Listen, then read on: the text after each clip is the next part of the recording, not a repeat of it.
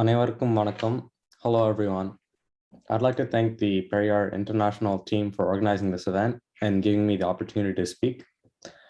I'm happy to share with you the knowledge I gained from reading Dr. Prabhakaran's paper on humanism and Thiruvalluvar. Some of you may be wondering, what is humanism? Humanism is a system of thought that gives prime importance to humans rather than a divine or spiritual matter. Humanists believe that all human beings have potential, value, and goodness, and that they should only seek rational ways of solving human problems. They also believe that moral and ethical values are important, but should not be based on religious values, but rather formed from human need and interest as tested by experience. Because of these reasons, humanists are either atheists or agnostics. There are also some who may be religious, but believe in all aspects of humanism other than the parts concerning their faith. Now, these are not recent ideas. Buddha, who lived 2,500 years ago, was the first known humanist. After him, Confucius and Socrates were the most prominent humanists. Not unlike them, there was a great humanist who lived about 2,000 years ago in Tamil Nadu, India, named Thiruvalluvar. He is the most known for writing the Thirukkural in the ancient and classical language of Tamil. It is hard to put the greatness of Thirukkural into words, but there's a quote from Thomas Jefferson that I saw being used that I think does a pretty good job. The most valuable of all talents is that of never using two words when one will do. In just 1,330 couplets, exactly 7 words split into 2 lines, Thirukkural gives you all the practical guidelines for a purposeful life on earth. Thirukkural is considered by scholars to be valid and universally acceptable, which is remarkable considering that each couplet is just 7 words long. The reason Thirukkural applies so well to daily life thousands of years later after it was written is because the text is entirely humanistic. Even as cultures and religions change, as long as human beings exist, humanism can still be applied. Now you're probably wondering, what makes Thiruvalluvar and his writing Thirukkural humanist? Like humanists, Thiruvalluvar believes in the equality of all human beings. While this may be an idea we take for granted now, back when he said it, the world was very different.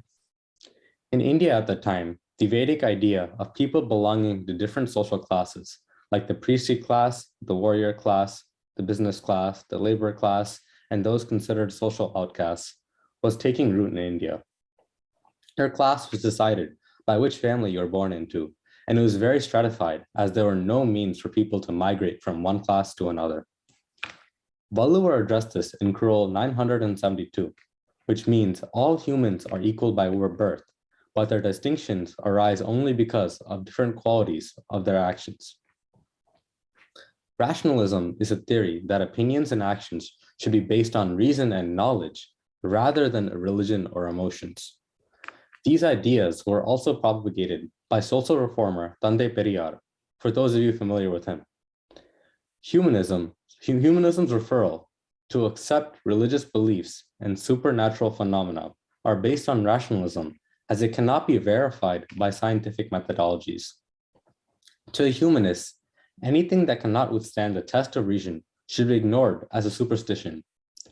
Valluvar's ideas are also in agreement with this, as he believes that you should also always verify the things before blindly believing them. We can see this in Kurul 355, which means, whatever be the apparent nature of things, it is wise to investigate their true nature. He goes on further to state that one should not accept other statements as true without questioning them. We can see this in Kurul 423, which means true wisdom is to discern the truth in whatever is said by whomsoever. Valluvar is also a strong proponent of human effort rather than prayer, which is also a core principle of humanism. In Kurul 666, he states that if those who have planned an undertaking possess persistence, they will achieve what they desired as they have desired. This goes hand in hand with the humanistic concept of humans being in control of their own actions and not some higher power making moves for them.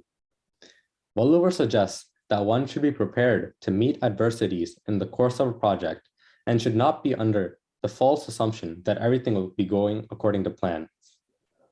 Also, according to Wallower, the best way to overcome adversities is to laugh at them and face them headfirst with confidence.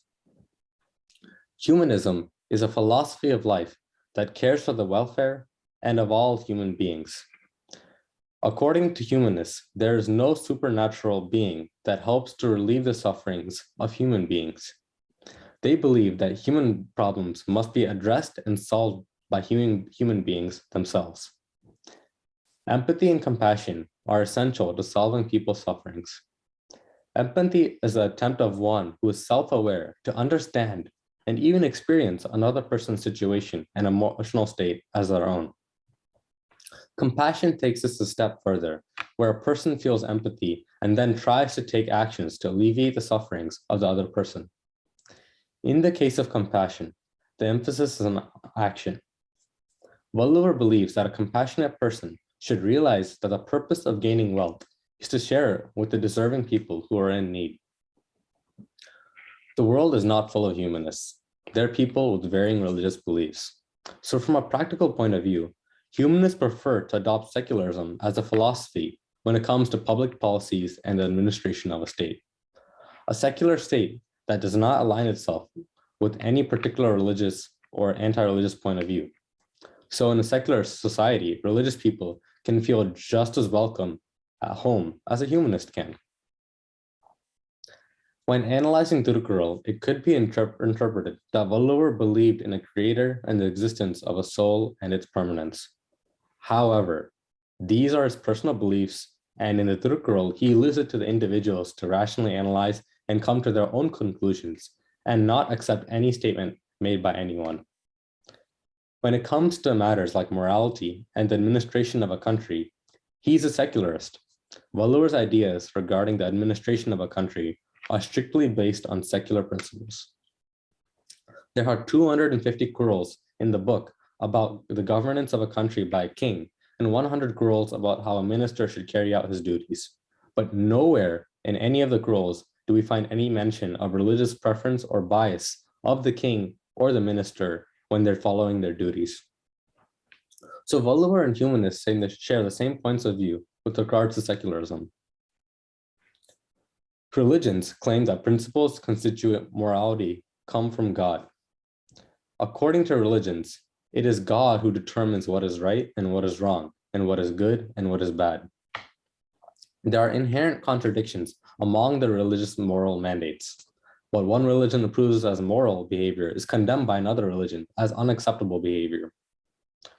For example, one religion prohibits the consumption of alcoholic beverages, whereas another religion considers that it's acceptable and they even encourage it by incorporating it in some of their religious ceremonies. One religion prohibits the killing of animals, whereas another religion considers it's fine if they be killed and eaten by humans. One religion permits a man to marry up to 4 women, whereas other religions don't accept that as morally acceptable behavior. There are a lot of other examples of contradictions among religious beliefs in the case of moral codes. So morality based on religions is relative and the guidelines are not obsolete. If someone does not like the moral codes of one religion, he can just convert to another religion and continue his immoral behavior. Wallower has taken a line in line with humanism on this issue. He says that one should never even think of an evil thought at any time towards anyone. Also, in accordance with the golden rule of Confucius, he says that one should not do to others what they would not want to happen to themselves. In Qur'an 316, he says that what one has realized as causing pain to oneself, one should not inflict on others. In Qur'an 318, he asks why a man inflicts upon other living beings those things he found harmful to himself. In fact, he goes one step further and states that we should do good deeds to those who do evil to us so that they will be vexed. This is seen in Qur'an 3:14, where he says the best punishment for those who do evil to you is to shame them by returning the good for evil, and after doing good in return, just forget the evil that was done to you and the good deed that you did. Good conduct varies with respect to the location and the time period in which one lives. What is considered good conduct in Western countries may not be considered good conduct in the Eastern countries, and vice versa. Also, societies change over a period of time. For example, in the past, divorce was not considered acceptable, but nowadays it's considered acceptable behavior in many countries.